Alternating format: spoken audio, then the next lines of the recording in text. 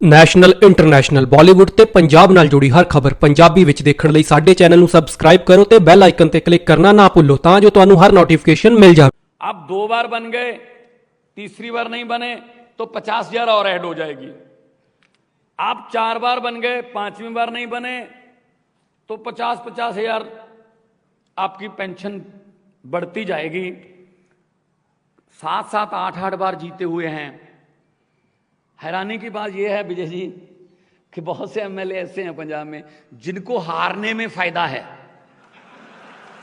क्योंकि जीतते हैं तो सैलरी मिलती है, हारते हैं तो पेंशन मिलती है। सैलरी है 85,000 और हारते हैं तो पेंशन मिलती है 4.5 लाख। तो हमने बोल दिया कि जी सेवा, हाथ जोड़कर वोट मांगते हो कि हमें सेवा का मौका दीजिए। हम सेवा की इतनी पेंशन नहीं दे सकते। एक एमएलए एक पेंशन, चाहे 10 बार बनो चाहे 5 बार बनो। ये बहुत ही लोगों ने वेलकम किया इस फैसले का। खेती, क्योंकि पंजाब एग्रेरियन स्टेट है, धान उगाने की वजह से हमारे पानी का जो लेवल है धरती का बहुत डेंजरस लेवल पर नीचे चला गया है। मतलब मारूथल बनने की कगार पर खड़े हैं। हमको पानी बचाना है। हमारी स्टेट का नाम पानियों पर है, 5 आब, 5 पानी। लेकिन हमारा धरती का पानी खत्म हो रहा है, नदियों का पानी पोल्यूटेड हो गया। गुरु नानक साहब ने अपनी बानी में लिखा था, पवन गुरु पानी पिता माता धरत महत। पवन हवा, हवा को गुरु का दर्जा, पानी को पिता का दर्जा, धरती को माता का दर्जा। लेकिन बदकिस्मती से हम इन तीनों दर्जों को कायम नहीं रख पाए।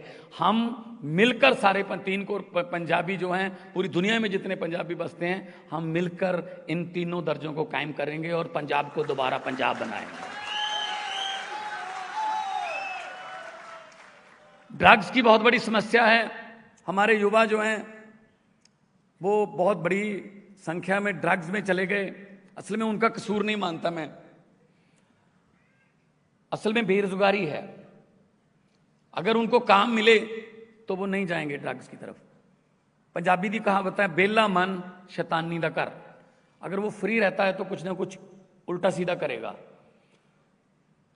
अब हमारे यहाँ ट्रेंड है, या तो बाहर चले जाओ आईलेट्स करके, जब विदेश में पेरेंट्स भी कहते हैं बेटा चला जाए यहाँ से, वरना तो ड्रग्स में ना चला जाए। तो हम उस पर बहुत सिस्टेमेटिकली काम कर रहे हैं। और वो पंजाब जो कबड्डी के खिलाड़ियों के लिए जाना जाता था, वो पंजाब जो दारा सिंह मिल्खा सिंह के लिए जाना जाता था, वो पंजाब जो फौज के जर्नैलों के लिए जाना जाता था, उस पंजाब को दोबारा फिर पंजाब बनाएंगे। और नौजवान युवा और नौजवान लड़के लड़कियों के हाथों में टिफिन देंगे, टीके नहीं मिलेंगे उनके हाथ में। टिफिन देंगे ताकि वो काम पे जाएं, शाम को घर पे आएं, यहीं पे अपने परिवार में अपना जीवन बसर करें। आपके दोस्त भी होंगे बहुत से, पंजाब में रिश्तेदारियां भी होंगी, या पूछ लो कोई ऐसा आदमी आपने देखा है जो नौकरी भी करता हो और ड्रग्स भी लेता हो? नहीं, हो ही नहीं सकता, उसके पास टाइम ही नहीं होता। वो कहता जी मैं तो शाम को आता हूं, थकावट में आके बच्चों के साथ खेल के नहा के सोता है, अगले दिन फिर जाना होता है। अगर हम बेरोजगारी दूर कर पाए तो कई बीमारियां जो हैं उनकी जड़ बेरोजगारी है। इंडस्ट्री को वापस लाना है। इंडस्ट्री जो थी हमारे पंजाब की वो इधर उधर राज्यों में चली गई, क्योंकि सरकारों की कोई इंडस्ट्रियल पॉलिसी नहीं थी। कोई आता था, मैंने ये प्लांट लगाना है जी, मैं 10,000 लड़के लड़कियों को काम दे दूंगा, रोजगार दे दूंगा। वो कहते उनको छोड़ो, हमें क्या दोगे ये बताओ। तो ये वाला काम बंद कर देंगे हम। और इंडस्ट्रियलिस्ट क्या, देखो व्यापारी क्या चाहता है, माहौल चाहता है। मुझे माहौल दे दो, मुझे तंग मत करना, मैं अपना काम करता रहूंगा और नौकरियां रोजगार देता रहूंगा। तो इससे पहले एजेंडे में है ही नहीं था ये रोजगार जो था। हमने अभी 50वां दिन हुआ है, पिछली 5 तारीख को 50 दिन हुए सरकार बने हुए, 26,454 नौकरियों का नोटिफिकेशन निकाला है। सरकारी नौकरियां हैं सभी, और डिग्री के मुताबिक नौकरी मिलेगी, कोई रिश्वतखोरी या किसी की सिफारिश नहीं चलेगी। तो ऐसा चाहते हैं पंजाब, जो पहले नंबर 1 स्टेट होती थी पंजाब, आज पता नहीं लास्ट वाले लास्ट 5 में हमारा जो है नंबर आता है। क्यों आता है? क्योंकि हमें जो पॉलिटिकल विल पावर रखने वाली लीडरशिप नहीं मिली। डिब्बों का कोई कसूर नहीं होता, वो तो उधर ही जाते हैं जिधर इंजन लेके जाता है। अब इंजन ही हमने 90 साल पुराने लगा रखे थे, अब क्या करें? दिल्ली वालों ने पहले इंजन बदला, latest model engine Arvind Kejriwal लगाए गए, दिल्ली की गाड़ी पटड़ी पे आ गई।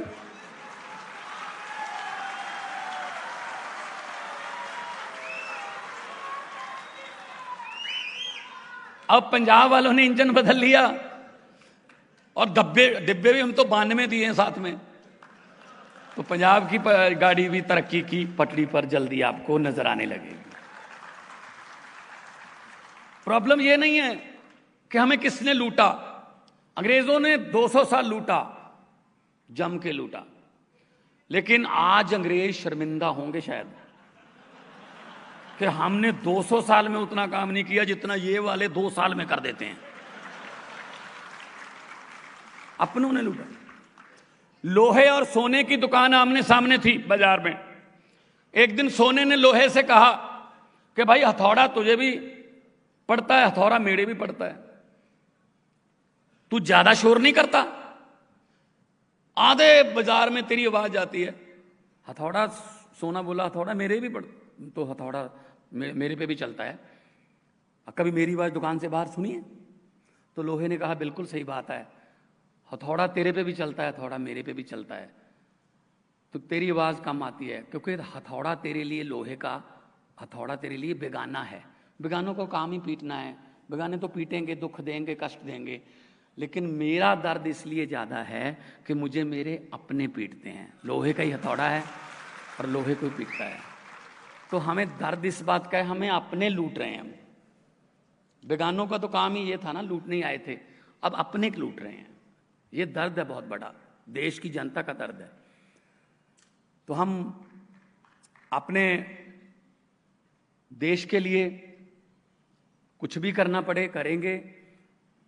हम मेरा भारत महान सिर्फ ट्रकों के पीछे लिखकर नहीं बना सकते, उसके लिए हमें इकट्ठे होके सबको एफर्ट्स करने होंगे। स्पोर्ट्स में और डिजिटल टेक्नोलॉजी में लेटेस्ट, अब तो खुल गई, पूरी दुनिया खुल गई है, अब तो कोई प्रॉब्लम नहीं है।